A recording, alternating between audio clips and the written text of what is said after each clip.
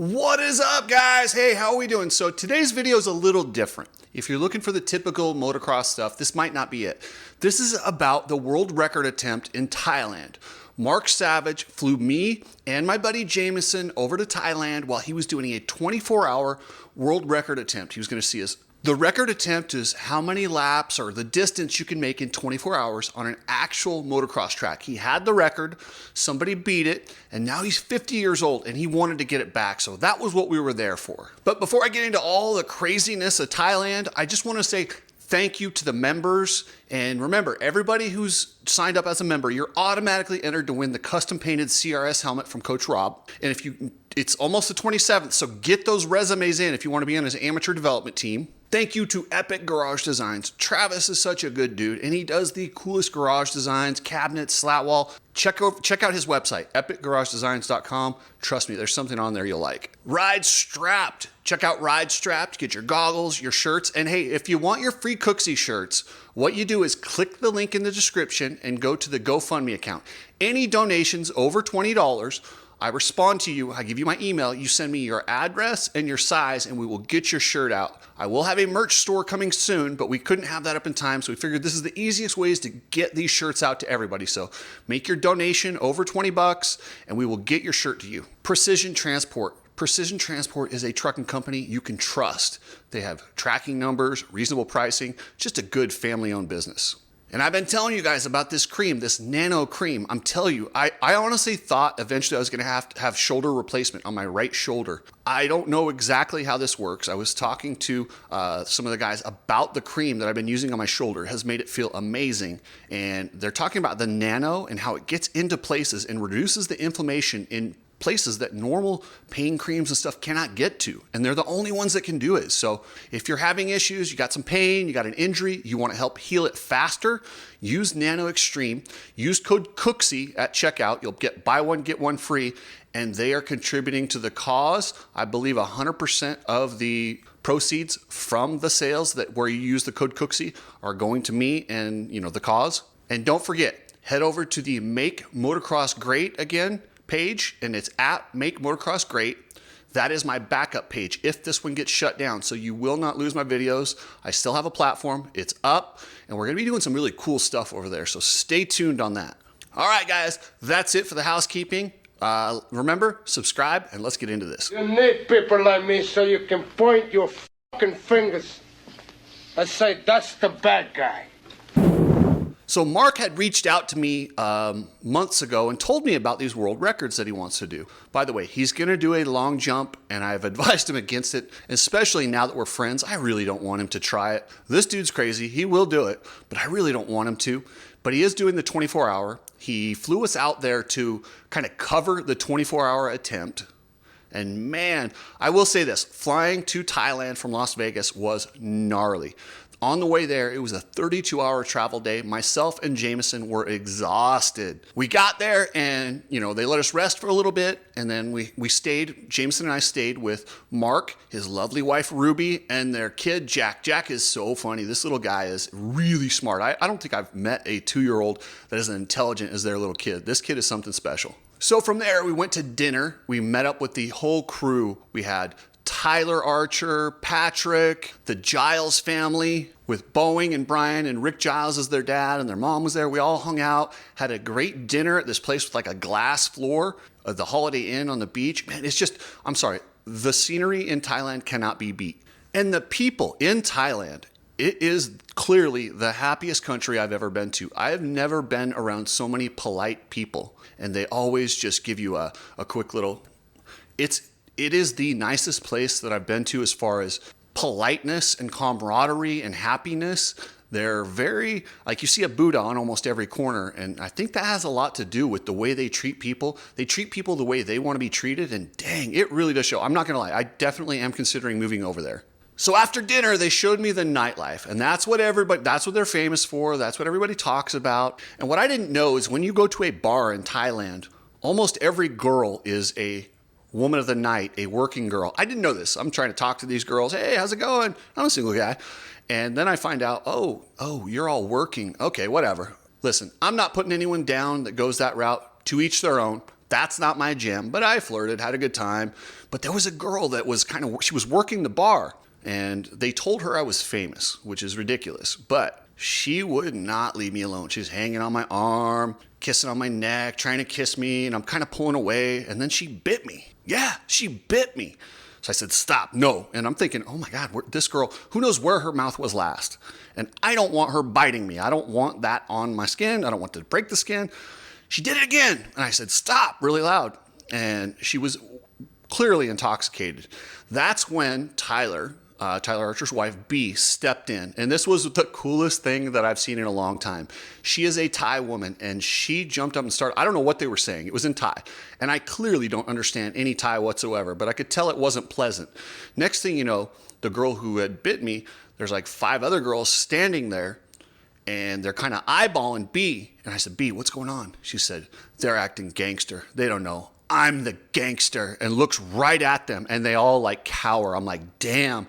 B is straight gangster. It was one of the funniest, coolest things that I've seen in a long time. Thank you, B. You are a badass, and you can be my bodyguard anytime. So that was the end of the drama for night 1. We hung out, had a few beers, enjoyed, and like I said, I cannot believe how nice the people are, but I couldn't believe how hot it was. I am not used to that kind of humidity. I was soaking wet the whole time. I was just constantly pouring sweat. It was gross. But I'm sure if I stayed there long enough, I would get used to it. But me coming from dry climates, yes, it's hot in Las Vegas. It gets to 110, 120, but it's different. That humidity, my body, I did not know how to handle it. It was not easy on me. And the overall, it reminds me a lot. I've spent a lot of time in Mexico riding in Baja, and it's very third world in the sense of the buildings are a little bit run down. It looks like Mexico, minus the crime, and the people are so nice. That's the big difference between Thailand and like some other third world countries. I genuinely felt safer. People don't even lock their bikes up. It's crazy how trusting they are and how much less crime there is than the United States. Seriously, true story. That is, I mean, not to say they don't have their issues, but it's just different. They have a different kind of accountability. And I don't know, I would love to see that kind of accountability come in the United States, and I hope that we can get back there one day. But that niceness was only limited to the people. Those damn monkeys. These monkeys are a-holes, man. We went up to this one, we hiked to the top of this one little lookout point, and there's monkeys all around. This little bastard showed his teeth, hissed at me, and charged at me, and I ran. I said, Jameson, that monkey just tried to get me. He goes, which one? And I tried to point at him. The little bastard chased me again, then he chased Jameson. Yeah, monkeys, screw you. I don't like monkeys. And that is one thing I didn't like about Thailand is monkeys. But from there, we went to the track. We went and we did a test run. So we were at the original facility that Mark was going to do this record at. We did a test run, made sure the course was laid out properly, got the guys like Jameson who were in the team race, they all got some seat time, got used to it. We were all set to go in a couple days. And then the skies let loose and it rained, and this place did not handle the rain very well. So we were rained out. Then it got a little crazy because Mark had all his Australian buddies, and I'm not going to lie, these Australians can party. So we're trying to figure out what to do next. And we've got the Giles family with us. We got all these Australians, amazing people, but man, they were getting rowdy. I'm not much of a partier, so I was trying to hang, but not really. But man, they were such cool people. Well, we're trying to figure everything out. It got wild. The scariest thing for me about Thailand is riding in the cars. There's no rules on the road. Like, it's just a free-for-all. You go when you can. It seems like I don't think I ever saw anyone get pulled over for driving illegally or U-turns or speeding. It is just like a racetrack. Most people are on scooters. Some people are in cars. And it is just a survival on the road. We were riding in the back of Mark's truck. Jameson and I were like, hey, do as the locals do. So we threw some lawn chairs in the back of the truck, strapped them in, and we were driving short distances. But I still didn't like it. It was very dangerous. And listen, you do stupid things happen.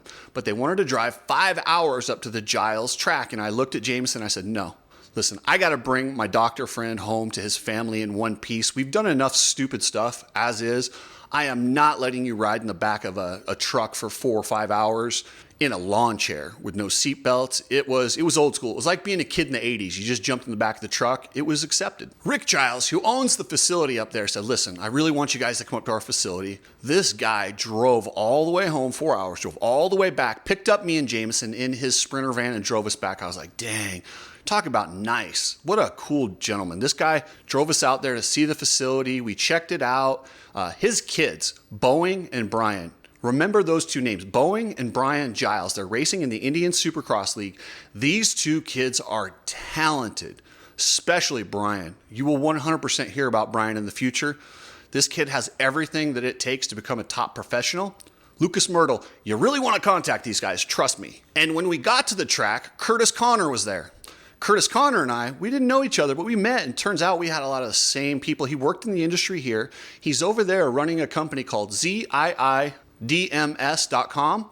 What it is, it's a software company for motorsports dealerships, and he goes over there and he runs a crew where they do the programming for these, inventory management systems, much kind of like Lightspeed, but he's over there. He's got all this gear.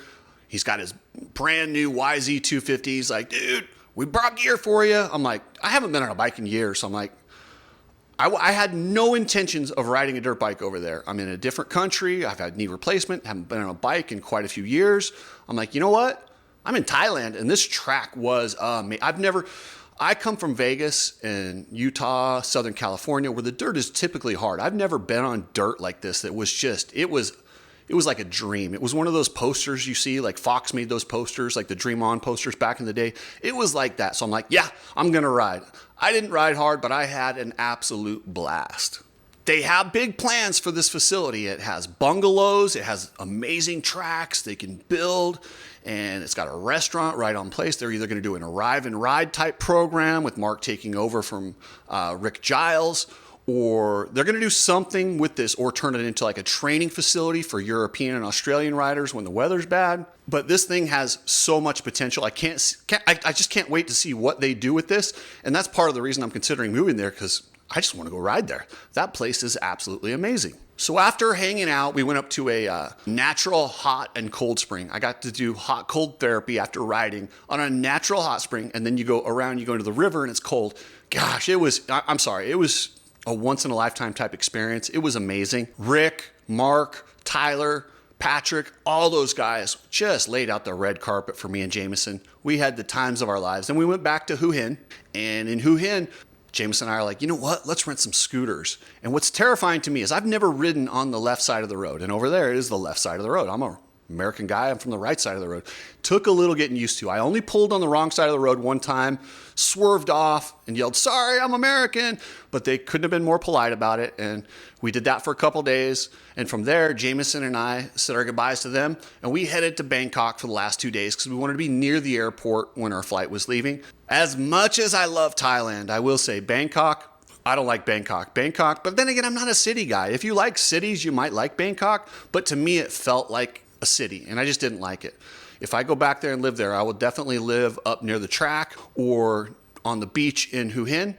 But I love that place. It's awesome. It was so much fun. I can't thank everybody that had me and Jameson over enough. Oh, and the bar, Joe's Bar. That was one of the bars we went to, owned by an Australian guy. He sponsors Mark in this effort. I posed with his kangaroo up front. He's got a kangaroo with boxing gloves. And yeah, there were just, I can't explain how nice everybody is and how they treat other people. It's something that I wish that we had more of here in the United States. But that's it for the Thailand video. I might have more on it. Mark did make an attempt at this record a week after I left. He made it about 11 hours. And then, of course, the rain hit again and canceled him out. He's off recovering in Australia right now. He's going to make another attempt in a few months. He's getting this record. He's determined. I've got to get him together with Coach Rob to get a little better training program, because I'll be honest with you, we partied quite a bit. And I was thinking, man, aren't you going to ride for 24 hours? I was a little nervous about that. But he is Aussie. That is part of the regular diet. So it is what it is. But he's a savage. Literally, his name's Mark Savage. And he's going to go for it. And I think he's going to get it. Thanks, guys, and I will catch you later.